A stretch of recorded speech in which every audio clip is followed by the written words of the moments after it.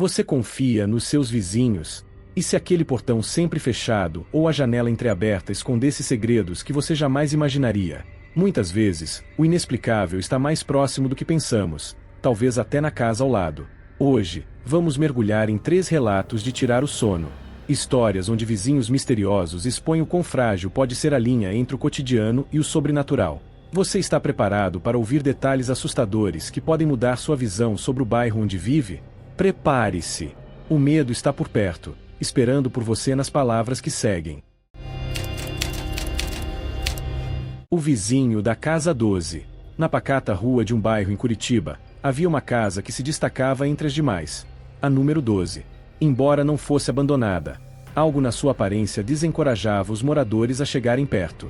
As janelas estavam sempre fechadas, mesmo nos dias mais ensolarados, e o portão de ferro enferrujado rangia com o vento, como se protestasse contra qualquer tentativa de entrada. Os mais velhos diziam que o dono da casa, um homem alto e sempre vestido de preto, era estranho e evitava qualquer tipo de interação.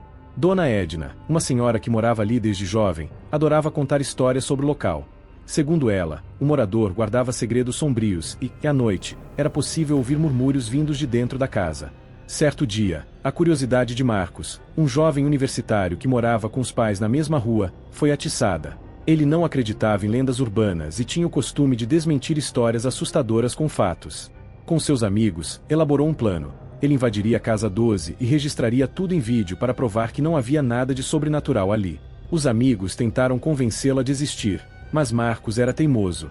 Em uma sexta-feira à noite, esperou até que o bairro estivesse em silêncio absoluto, pegou sua câmera e atravessou a rua em direção à Casa Proibida. Seus passos ressoavam na calçada como se a noite inteira estivesse ouvindo. Ao chegar, notou que o portão estava entreaberto, o que era incomum, pois sempre parecia fechado com cadeado.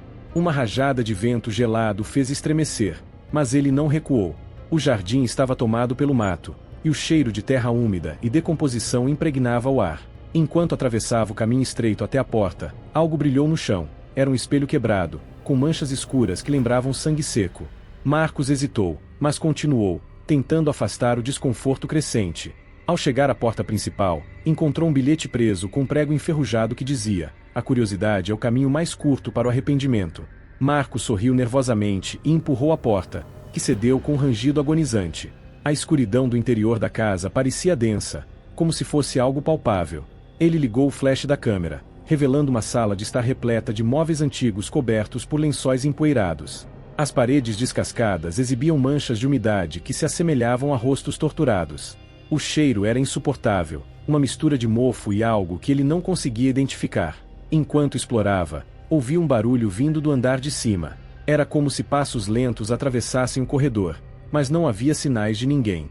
Ignorando o frio que subia pela espinha, Marcos seguiu o som, subindo as escadas de madeira que gemiam sob seus pés.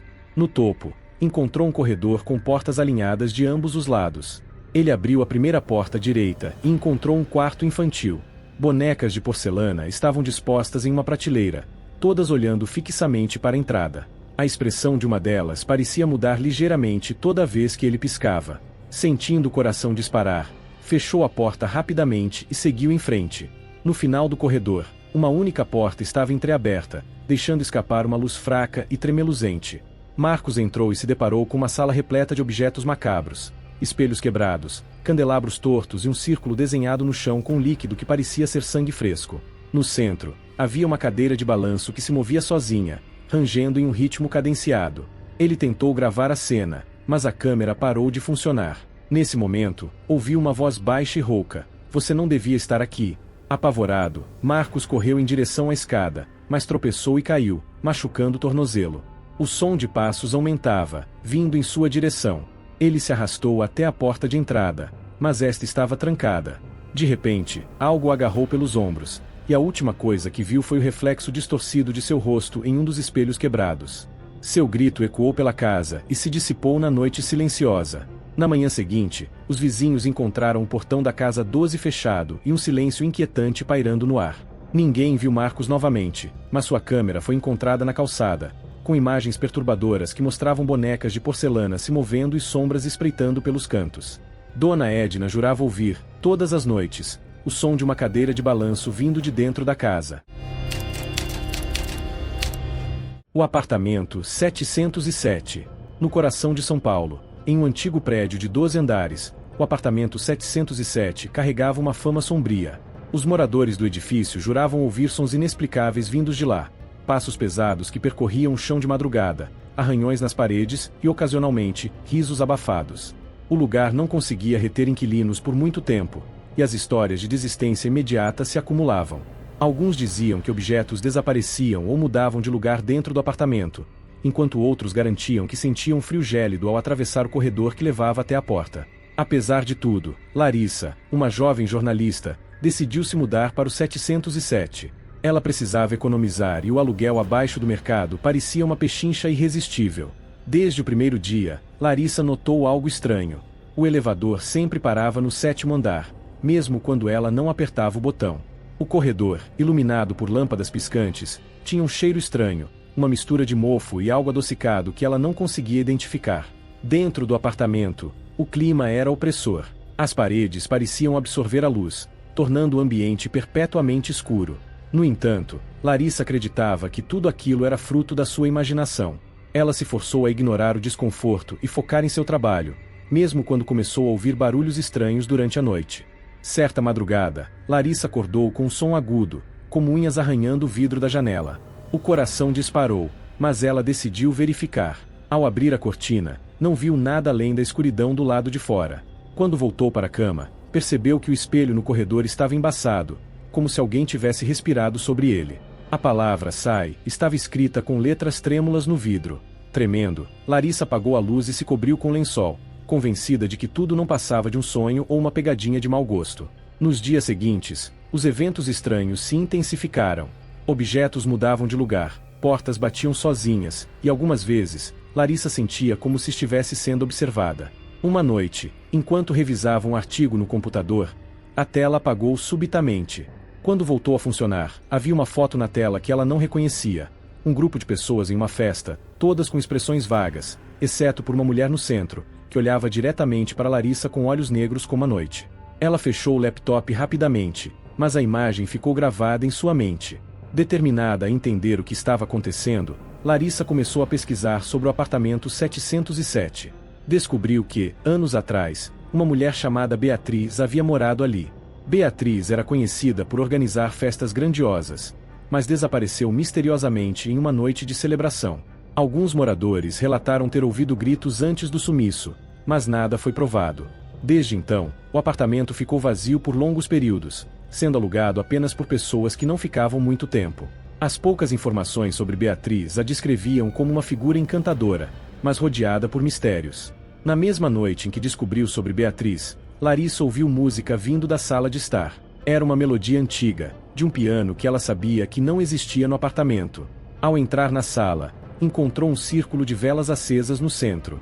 No meio, havia uma foto que parecia ser da própria Beatriz, mas com traços desfigurados. Larissa tentou apagar as velas, mas uma força invisível a impediu. Sentindo o ar se tornar pesado, ela correu para o quarto e trancou a porta, rezando para que a noite acabasse logo. Os dias seguintes foram insuportáveis. Larissa começou a ver sombras que se moviam, mesmo durante o dia. Uma noite, enquanto dormia, sentiu mãos geladas envolvendo seu pescoço. Acordou engasgando, mas não havia nada além de marcas vermelhas na pele. Desesperada, ela decidiu deixar o apartamento. Enquanto arrumava suas coisas, encontrou uma caixa de madeira escondida embaixo do assoalho. Dentro, havia cartas antigas escritas por Beatriz. Todas falavam de uma presença que a perseguia e de como ela não conseguia escapar, não importava para onde fosse. Na última noite no apartamento, Larissa teve um sonho perturbador. Ela estava em uma festa, cercada pelas mesmas pessoas da foto que aparecerá em seu computador. Todos olhavam para ela, mas ninguém dizia uma palavra. Beatriz apareceu no centro do salão e apontou para Larissa, dizendo: "Você também pertence a este lugar agora." Quando acordou, estava deitada no chão da sala, com velas acesas ao seu redor. Sem pensar duas vezes, pegou suas malas e saiu do apartamento, deixando a porta aberta. Larissa nunca mais voltou ao prédio. Semanas depois, soube que outra pessoa havia alugado 707. O novo inquilino, um homem de meia idade, desapareceu após apenas 3 dias. O apartamento continua lá, esperando pela próxima alma corajosa ou desavisada. E Larissa, até hoje, acorda no meio da noite, sentindo como se fosse observada, mesmo longe daquele lugar. O sótão da casa ao lado. Em uma vila tranquila em Belo Horizonte, a rotina dos moradores era interrompida apenas pelo som das crianças brincando nas ruas e o barulho de televisores à noite. Mas havia uma casa que destoava dessa serenidade. Localizada no final da rua, ela era evitada por todos. Embora bem cuidada, sempre havia algo de sinistro no ar ao redor. Os vizinhos mais antigos sussurravam sobre acontecimentos estranhos e culpavam o sótão da casa, que possuía uma pequena janela triangular, sempre iluminada por uma luz fraca que pulsava como se fosse viva. Helena, que havia se mudado recentemente com sua família, era cética. Ela não acreditava em histórias de fantasmas, mas logo mudaria de ideia. A casa ao lado da de Helena era ocupada por um homem recluso, o Sr. Norberto. Ele raramente saía e, quando fazia, evitava contato visual e caminhava rapidamente. Certo dia, Helena notou algo peculiar. Uma boneca antiga colocada na janela do sótão. A boneca parecia observá-la, com olhos de vidro que brilhavam ao sol. Inicialmente, ela achou que fosse apenas uma coincidência, mas a boneca mudava de posição diariamente, sempre parecendo seguir seus movimentos. Isso a intrigou e, ao mesmo tempo, causou um frio na espinha. Ela decidiu ignorar, mas a curiosidade começava a crescer. Uma noite, enquanto lia na sala de estar, Helena ouviu um som vindo do lado de fora. Era um choro baixo, quase imperceptível, vindo da direção do sótão. Ela foi até a janela e viu a luz fraca piscando na pequena janela triangular. Pensou em chamar a polícia, mas temeu parecer paranoica. Decidiu que investigaria por conta própria. Na manhã seguinte, tentou falar com o Sr. Norberto, mas ele apenas resmungou algo incompreensível e entrou rapidamente em casa, trancando a porta com pressa. Helena sabia que havia algo errado naquela casa e que precisava descobrir o que era. Dias depois, enquanto colocava o lixo para fora, Helena encontrou um caderno abandonado perto da cerca que dividia os quintais. O caderno estava velho e sujo, mas o nome Lúcia estava escrito na capa em letras infantis. Ao abri-lo, encontrou desenhos de bonecas, rostos sombrios e uma casa com um sótão. Havia também frases como "Eu não quero ficar aqui, eles estão me observando". Assustada, Helena levou o caderno para dentro e passou a noite inteira tentando entender os desenhos. Um deles mostrava uma figura que lembrava o Sr. Norberto segurando a mão de uma menina.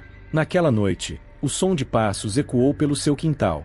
Helena olhou pela janela, mas não viu nada. Quando se virou, a boneca da janela do sótão estava no peitoril da sua própria janela. Gritando, chamou o marido, que tentou acalmá-la dizendo que devia ser brincadeira de crianças. Mas Helena sabia que algo estava profundamente errado. Decidida, esperou que todos dormissem e atravessou o quintal com uma lanterna em mãos. Ao se aproximar da casa ao lado, percebeu que a porta dos fundos estava entreaberta, como se a esperasse. Subindo as escadas em direção ao sótão, Helena sentiu o ar se tornar mais denso e frio. O choro que ouvirá antes agora era mais alto, acompanhando cada passo.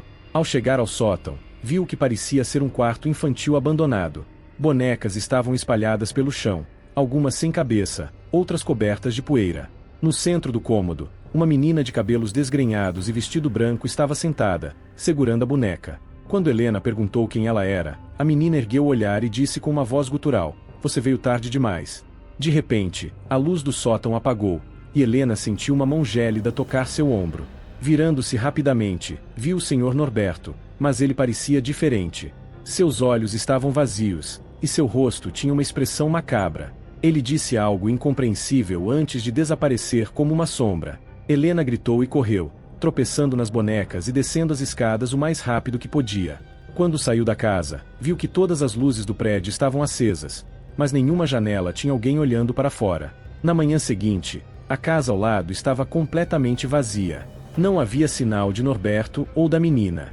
A polícia foi chamada, mas não encontrou nada além de poeira e teias de aranha no sótão. O caderno de Lúcia desapareceu, e Helena nunca conseguiu provar o que viu. Os vizinhos diziam que era melhor não falar sobre o assunto, temendo que algo pudesse atrair a presença de volta. E assim, a vila voltou à sua aparente tranquilidade, enquanto Helena, toda noite, ainda sonhava com a pequena janela triangular e a boneca que a observava. Depois de ouvir essas histórias, você consegue olhar para os seus vizinhos da mesma forma. Talvez, aquilo que parece ser apenas parte do dia a dia esconda segredos que você nunca imaginou. O sobrenatural pode estar muito mais próximo do que pensamos, e cada barulho ou gesto estranho agora ganha um novo significado. Você tem coragem de investigar mais a fundo? Ou preferirá manter-se protegido pelo conforto da dúvida? Reflita sobre isso e compartilhe suas próprias experiências. Alguma vez você se deparou com algo inexplicável? Não perca a oportunidade de continuar explorando os mistérios do mundo ao seu redor. Inscreva-se no canal e ative as notificações para nunca perder um conteúdo novo. Afinal, o desconhecido está mais perto do que você imagina.